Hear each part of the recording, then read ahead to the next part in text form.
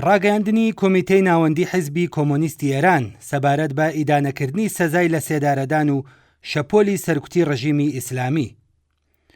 ڕژیمی ئیسلامی ئێران دوای شکستی سەرشۆڕانەی لە بەرامبەر ئامریکا و ئیسرائیل لە کۆتا هەوڵە ناکامەکانی بۆ پاراستنی ئەو دەسەڵاتە لەرزۆک و ڕوو لە دارمانەی خۆی شەپۆلێک لە توند و تیژی و سەرکوتی بێوێنەی دژ بە خەڵکی ئێران وەڕێخستووە. ئەم ڕژیمە کە دوای لە ناوچوونی دامەزراوە سەربازی و ئەتۆمیەکانی و هەروەها کوژرانی فەرماندە سەربازیە پلە باڵاکانی و دارمانی هێزی بەرگری کارانەی لە ناوچەکە ترسی ئەگەری ڕووخانی لە دڵنیشتووە، ئێستا بە دەستگیرکردنی بەربڵاو و سەزای لە سێدارەدانی بە کۆمەڵ کۆتا هەناسەکانی ژیانی سیاسی خۆی هەڵدەکێشێ. دوا بە دوای ڕاگەیاندنی ئاگربەستی شەڕی 12 ڕۆژە یەکسەر زیاتر لە 800 کەس بە تۆمەتی پەیوەندیان بە تۆڕی سیخوری ئیسرائیلەوە دەستگیر کراون.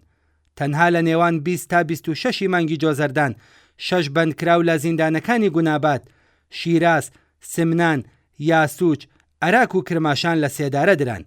هەروەها بەرەبەیانی ڕۆژی چوارشەممە 4 پوشپەڕی 1404 سێ زیندانی کورد بە ناوەکانی ئیدریسی ئاڵی، ئازادی شوجاعی و ڕەسوول ئەحمەد ڕەسوول لەلایەن ڕژیمی ئیسلامیەوە بە تۆمەتی سیخوڕی لە سێدارە دران. ئێستا کە ئەم ڕژیمە بە سەرشۆڕیەوە ناچار کراوە بگەڕێتەوە سەرمێزی گفتوگۆ و لە بەرامبەر ڕژیمی جەنایەت پیشەی ئیسرائیلدا بەکردەوە تەسلیم بووە، تۆڵەی ئەم سەرشۆڕی و ترسەی کە سەرتاپای نیزامەکەی داگرتووە بە سەرکوتی دڕندانە دەستگیرکردنی بەربڵاو و سەزای لە سێدارەدانی بە کۆمەڵ دەکاتەوە. دەیەوێت بە جەماوەری بسەلمێنێت کە هێشتا هێزی سەرکوت و توانای بەرەو ڕووبوونەوە لە ئەوانی هەیە. ئەم حکوومەتە کە لە بواری دەرەوەدا سووک و شەرمەزار بووە و هێزە ناوچەیەکەی لە ناوچووە، ئێستا هەموو تووڕەیی و داخی شکستەکانی خۆی بە خەڵکی بێدفاعی ئێران دەڕێژێت. ڕۆژ نییە شایەتی لە سێدارەدانی لاوانی بێتاوان دەست بەسەرکردنی چالاکانی مەدەنی و ئەشکەنجە و ئازاری زیندانیانی سیاسی نەبین. ڕژیمی ئیسلامی کە لە بەرامبەر ئامریکادا بەچۆک هاتووە و لە بەرامبەر دەوڵەتی ئیسرائیلدا ناچار بۆ پاشەکشە بکات و تەسلیم بێت، تۆڵەی ئەم شکست و سەرشۆڕیانە لە خەڵکی ئێران دەکاتەوە. بەڵام ئەم جارەیان بە پێچەوانی ڕابردوو خوێنی گیانبەخکردووان نەک هەر ناڕژێتە سەرزەوی، بەڵکو لە دڵی ملیۆنها خەڵکی ناڕازی و خەباتکاری ئێراندا دەخرۆشێت.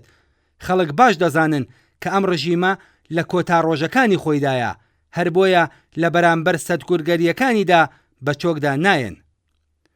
بەڵام ئەم تند و تیژیە لە ڕادەبەدەرە نەک هەر نیشانەی هێز نییە، بەڵکو نیشانەی لاوازی دەسەڵاتێکە کە لە هەموو بوارەکاندا شکستی هێناوە. ڕژیمی ئیسلامی کە لە بەرامبەر گوشارەکانی ئامریکا و هێرشەکانی ئیسرائیلدا لاواز بووە و ناچار بووە پاشەکشە بکات، ئێستا بە بەکارهێنانی تند و تیژی دژ بە جەماوەرەکەی خۆی هەوڵەدات ئابڕووە لە دەستچووەکەی بەدەست بهێنێتەوە. بەڵام هەر پەتی سێدارەیەک، هەر زیندانیەکی ئەشکەنجەدرا و هەر بنەماڵەیەکی داغدار ویست و ئیرادەی خەڵک بۆ ڕووخاندنی ئەم نیزامە شکست خواردووە پتەوتر دەکات. ڕژیمی ئیسلامی بەڕشتنی هەر دڵۆپێک خوێن گۆڕی خۆی زیاتر هەڵدەکەنێت. لە سێدارەدانی ئەم دوایانەی گەنجانی کورد، دەستگیرکردنی سەدان کەس بە بیانووی پەیوەندیان بە تۆڕی سیخوڕی ئیسرائیلەوە و دادگاییە نمایشیەکانی بەبێبوونی پارێزەر، هەمووی ئەمانە نیشانەی شکست و ناومێدی قوڵی دەسەڵاتن. ڕژیمی ئیسلامی کە جێگە و پێگەی سەربازی و ناوچەی خۆی بە تەواوی لەدەستداوە، دەزانێت کە چیتر پێگە و پشتیوانی کۆمەڵایەتی نەماوە، دەزانێت کە جەماوەر لێی بێزارن و دەزانێت کە دوای شکستە یەک لە دوای یەکەکانی لە بواری نێودەوڵەتیدا خۆری دەسەڵاتەکەی ڕوو لە ئاوابوونە. حکوومەتێک کە نەیتوانی لە بەرامبەر دوژمنانی دەرەوەی خۆیدا خۆراگری بکات، ئێستا هەموو هێز و توانای خۆی خستووەتە گەڕ بۆ سەرکوتی خەڵکی ناوخۆ. مێژووی جیهان پڕە لەو حکوومەتە دیکتاتۆرانەی کە لە کۆتا ساتەکانی دەسەڵاتەکەیاندا پەنایان بردووەتە جینایەتی لەم چەشنە، بەڵام سەرنجام هەمویان لە بەرامبەر ئیرادەی خەڵکدا شکستیان هێناوە. ئەمڕۆژ ڕژیمی ئیسلامی ڕوبەڕووی هەمان چارەنووس دەبێتەوە. جەماوەرێکی کە چەخماخەی بزوتنەوەی ڕزگاری خوازانەی ژن ژیان ئازادیان لێدا، لەژێر ئەم گوشارانەدا جارێکی تر ناگەڕێنەوە بەرەو دواوە.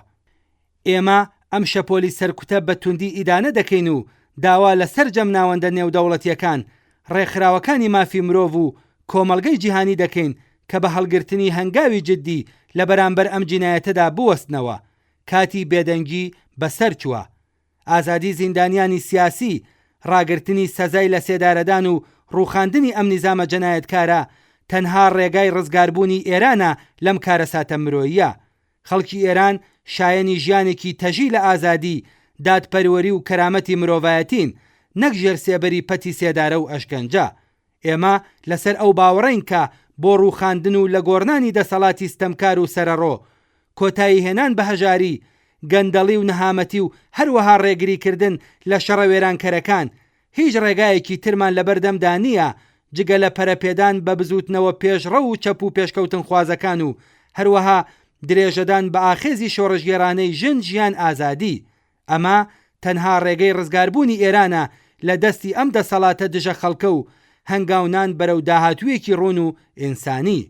کۆمیتەی ناوەندی حیزبی کۆمۆنیستی ئێران 5 پوشپەڕی 1404